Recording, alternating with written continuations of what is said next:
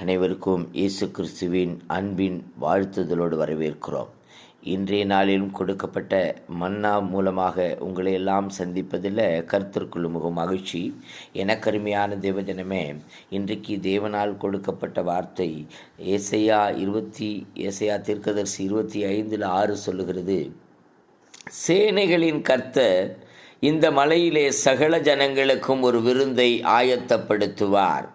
அது கொழுமையான பதார்த்தங்களும் பழமையான திராட்சரசமும் ஊனும் நினமுள்ள பதார்த்தங்களும் தெளிந்த பழமையான திராட்சரசமும் நிறைந்த விருந்தாய் இருக்கும். எனக்கருமையான தேவஜனமே, அவர் நமக்கு ஒரு விருந்தை ஆயத்தம் பண்ணுகிறார். ஆனால் அது எப்படி இருக்குமாம்? கொழுமையாய் இருக்குமாம். ஆமீன். பழமையான திராட்சரசம் போல ஊனும் நினமுள்ளதாய் இருக்குமாம். ஆமேன். அது தெளிந்த பழமையானதாக இருக்கும் என்று தேவன் சொல்லுகிறார். எனக்கருமையான தேவஜனமே, அப்படிப்பட்ட ஆசீர்வாதத்தை, கொழுமையான ஆசீர்வாதத்தை நமக்காக அவர் வைத்திருக்கிறார். ஆனால் நாம் அதை பெற்றுக்கொள்கிறோமா என்று கேட்டால் இல்லை. அநேகரும் அதை பெற்றுக்கொள்வது இல்லை.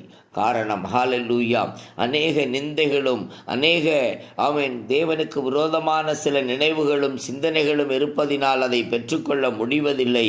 ஏனென்றால் அநேக மரண பயம், இன்னைக்கு பயம் என்ற ஆவி அநேக பிள்ளைகளை சோத்திரம் ஹல்லேலூயா சோகத்தில் ஆழ்த்தி கொண்டு இருக்கிறது. எனக்கருமையான தேவஜனமே, மரணத்தை ஜெயமாய் விழுங்குகிறவர் நமக்குள்ள இருக்கிறார் என்பதை மறந்து விடாதீர்கள். ஏனென்றால் வேதம் சொல்லுகிறது, இஸ்ரவேலே நீ பாக்கியவான், ரட்சிக்கப்பட்ட ஜனமே உனக்கு ஒப்பானவன் யார் என்று கேட்கப்படுகிறது. ஆமேன். சோத்திரம். நமக்கு ஒப்பானவன் யாரும் இல்லை. எனக்கருமையான தேவஜனமே, ஆமேன். சோத்திரம். ஹல்லேலூயா. ஆமேன். தேவனாகிய கர்த்தர் நம் முகங்களில் வருகிற கண்ணீரை துடைக்கிறவராயிருந்து நமது ஜனத்தின் நிந்தைகளை பூமியில் இராதபடிக்கு முற்றிலுமாய் அவர் நீக்கி விடுகிறவராயிருக்கிறார். நிந்தை என்று அவமானம் என்று சோர்ந்து போய் இருக்கிறீர்களா? வேண்டாம், சோர்ந்து போக வேண்டாம். அதை கண்ணீரை துடைக்கிறவர் நம்மோடு கூட இருக்கிறார்.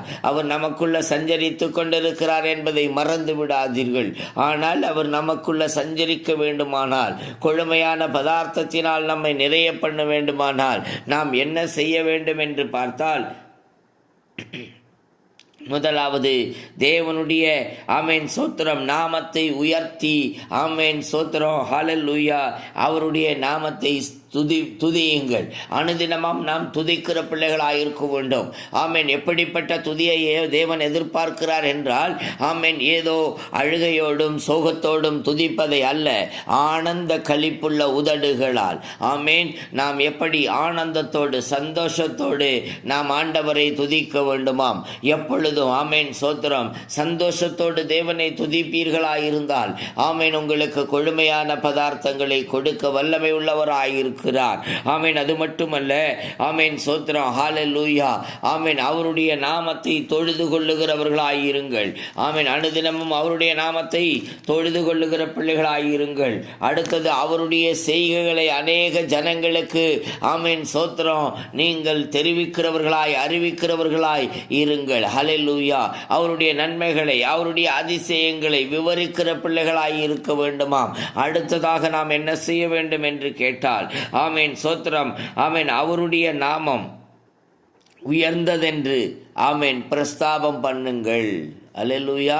அவருடைய நாமம் உயர்ந்தது என்று பிரஸ்தாபம் பண்ணுங்கள்.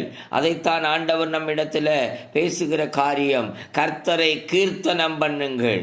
அவர் மகத்துவமான கிரியைகளை செய்தார். பூமி எங்கும் அவர் செய்த காரியங்கள் அறியப்பட வேண்டுமாம். அல்லேலூயா. இன்னைக்கு அநேகருக்கு தெரியாது, அவர் என்னென்ன செய்தார் என்பது தெரியாது. அது விவரிக்க வேண்டிய கடமை நம்மிடத்தில் கொடுக்கப்பட்டிருக்கிறது. எனக்கு அருமையான தேவஜனமே, அதை சோத்திரம் நீங்கள் பறைசாற்றுகிறவர்களாயிருங்கள்.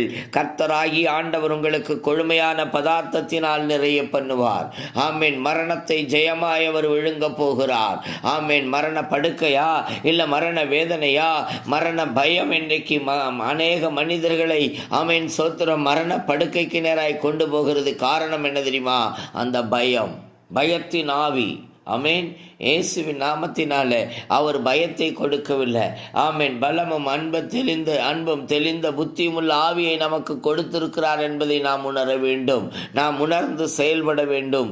தேவனாகிய கர்த்தர் நமக்குள்ள இருக்கிறார். நமக்குள்ள இருந்து நம்மை பிரகாசிக்க பண்ண போகிறாராம். அல்லேலூயா. ஆமென். சோத்திரம். எனக்கருமையான தேவஜனமே, இந்த சத்தியத்தை கேட்ட நீங்கள் இந்த சத்தியத்திலே நடப்பேன் என்று சொல்லி ஒப்பு கொடுப்பீர்களா? ஆமென். தினந்தோறும் அவரை துதிக்கிறவர்களாயிருக்க வேண்டும், தொழுது கொள்ளுகிறவர்களாயிருக்க வேண்டும், அவருடைய நன்மையை அறிவிக்கிறவர்களாயிருக்க வேண்டும், அவருடைய நாமத்தை உயர்த்த வேண்டும், அவருடைய நாமம் உயர்ந்ததென்று பிரசித்தப்படுத்த வேண்டுமா? ஒப்பு கொடுப்போமா? கீர்த்தனம் பண்ணுகிற பிள்ளைகளாய் ஒப்பு கொடுக்கலாமா? பரிசுத்தமுள்ள நல்ல பிதாவே, யாரெல்லாம் இந்த சத்தியத்தை கேட்டு அதன்படி நடக்கிறார்களோ அவர்களை என் தேவன் ஆசீர்வதிப்பீராக என்று சொல்லி மனதார நாங்கள் ஆசீர்வதித்து ஜெபிக்கிறோம். தடைகளை உடைத்து போடும் இயேசு கிறிஸ்துவின் வல்லமையுள்ள நாமத்தில் பிதாவே, ஆமென். ஹல்லேலூயா. God bless you all.